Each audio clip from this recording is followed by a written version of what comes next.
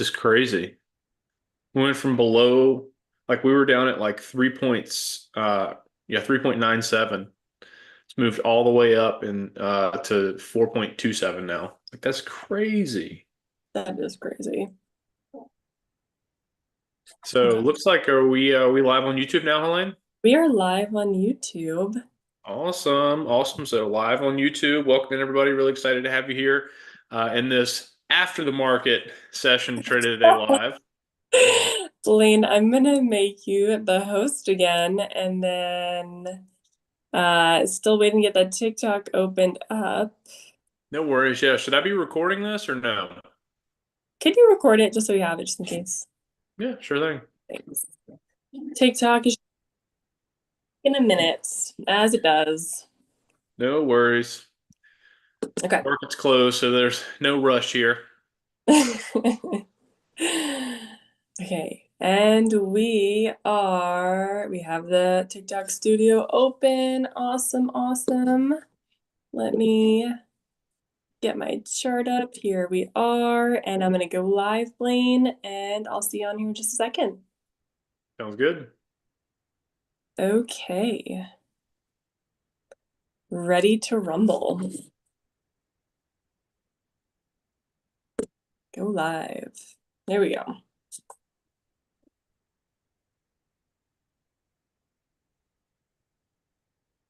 Still waiting for you to go live here. Must be delayed. Um, it looks like I'm all set. It might just be taking a minute. What it seems. You know why? It's because I'm connected to our hotspot instead of the house Wi-Fi. There we go. Yeah, fix that. Here we go.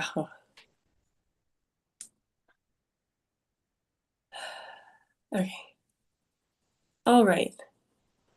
I see you in there, Blaine. Let's get you added and let's jump Perfect. into it. Yeah, well, absolutely. Let's go ahead and do it. All right, here we are. Blaine, I can see you on TikTok. We are on YouTube Live, guys. I apologize. It took a minute for us to get set up. We lost internet at our home and, Yeah, technology. just kind of, you take it as it comes and you just play the hand you're dealt. So yeah, we've been trying to, make things, make do with what we were dealing with today with the internet being out. But thanks for your patience, everybody. Really excited to be here. A little bit of a different session of TOD Live, the Trade of the Day live show that we always do on Tuesdays and Thursdays. Because of a little disruption with the internet service here at the office, had to push this until later today. Fortunately, fingers crossed, seems like Xfinity has gotten things reconnected, got the wires back where they're supposed to go, whatever the issue was. So we are back here now. So really excited to be here. But Helene, pretty another rough day on Wall Street. Obviously not a great day for stocks. We're still seeing this huge overhang over the market. Really, kind of a couple things. You and I were talking about these earlier, but certainly, of course, the geopolitical, tensions going on, war breaking out in the Middle East, obviously having some huge effects in global equity markets. Seeing Treasury yields rise, obviously energy prices. That brings a lot of concerns along with it, putting pressure on stock prices certainly as well. So seeing a lot of that same narrative today still playing out. Obviously, we saw kind of all the major indexes here in the U.S. close pretty much at the lows of the day. Maybe I'll go ahead and just pull up my chart here just so we can go ahead and hop right in. But Yeah. I noticed that we had a pretty weak trading into the close. Really didn't get any lift throughout the remainder of the day. We're continuing to kind of see some news confirming that hey, maybe this conflict might go on a little bit longer than what was initially articulated. This might be instead of a couple days or a couple weeks. People are starting to seem starting to gravitate towards that this might be a bit longer duration conflict than what was initially said. So obviously that's got investors feeling very uncertain. That's leading to the negative price action. Clearly, we're starting to see the indexes start to trend down. You can see the clear series of lower lows and lower highs that we've been in really for the past 6 weeks. Ever since we peaked out at those all-time highs back in January, Helene, at least Hmm. for the S&P, really all the indexes here have kind of started getting under pressure for them, but particularly for the S&P and NASDAQ, they've been trending down ever since then. Of course, the Dow's kind of joined in. Of course, small caps as well too have both joined into the downside here recently. But just looking at the chart of the S&P here, we're starting to get very, very uncomfortably close to having a test of the 200-day moving average, Elaine. Yeah, my chart I don't currently have on the 200-day. Let me go ahead. I'll pull it up since we are talking about it. Yeah, go ahead and throw that on there. It's currently the 200-day is almost exactly even with 6,600 on the S&P. So you're looking at SPY, right? So it would be 660 there, but it's exactly at that level right now. So that's a really key level dating back to some support from last year, where during the sell-off in November of last year, the index traded down, found some key support at that level, and rallied to quickly push back up to new all-time highs through the end of last year. So we have a very significant level of support, kind of, right in, right in the middle of the lane for the market. This market's staring it down. It seems like we're on a trajectory to go and test that out. Obviously, it'll be very important to see the index hold up above that level.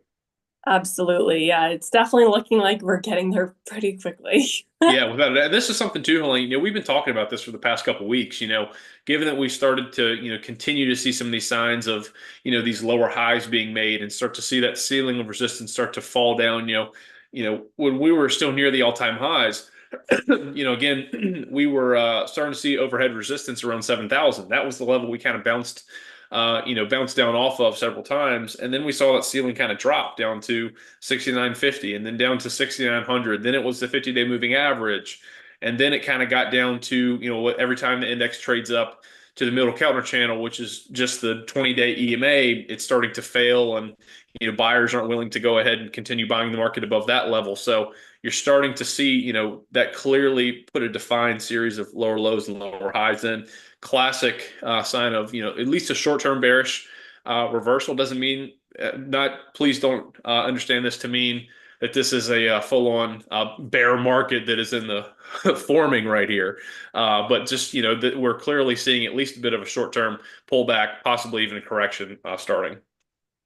Absolutely. Yeah, no, Lane, it definitely trending down, definitely looks like we're headed to the 200-day moving average. But yeah, definitely interesting and important to note on the backdrop before we go ahead and dive into some trade analysis.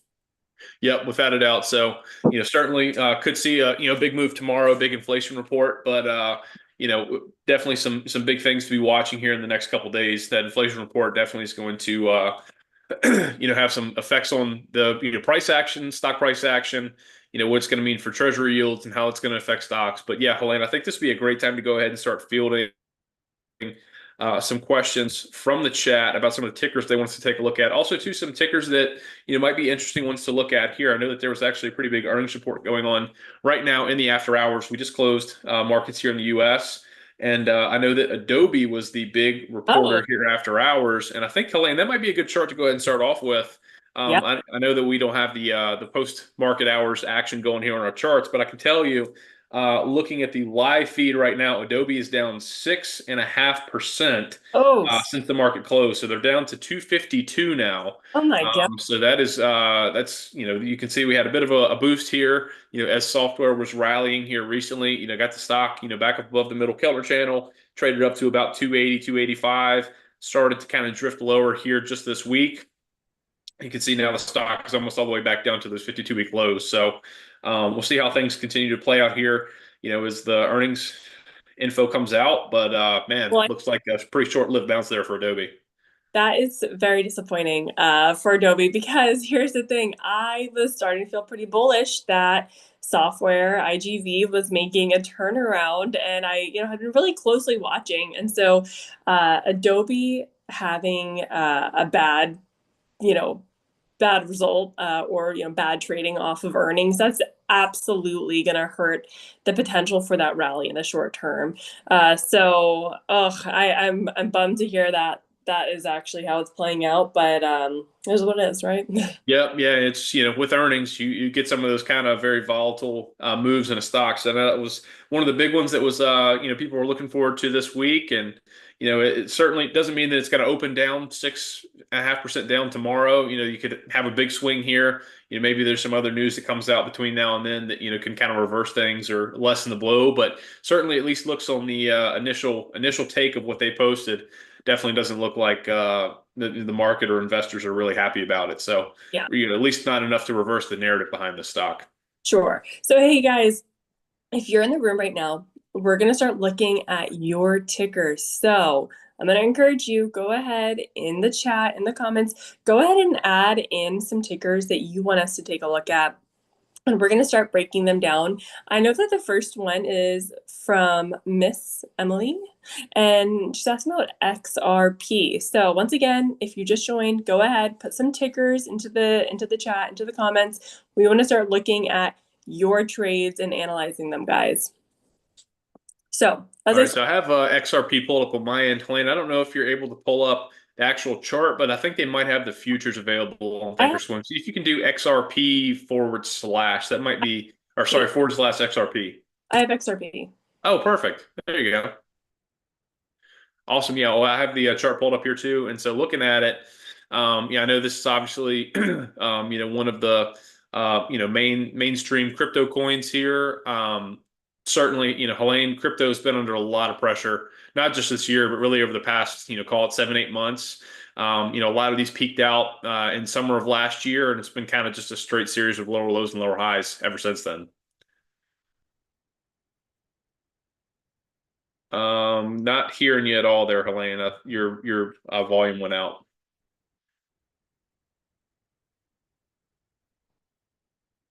I can't hear you, so you're off on Zoom for some reason.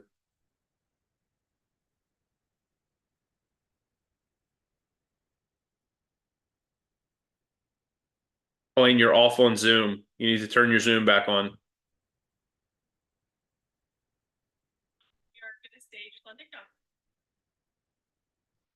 So I should get off my Zoom? Yeah, you can get off the Zoom. This way. Okay. Sorry about that, everybody. I didn't realize that we were doing that. We weren't. It just shut down. We had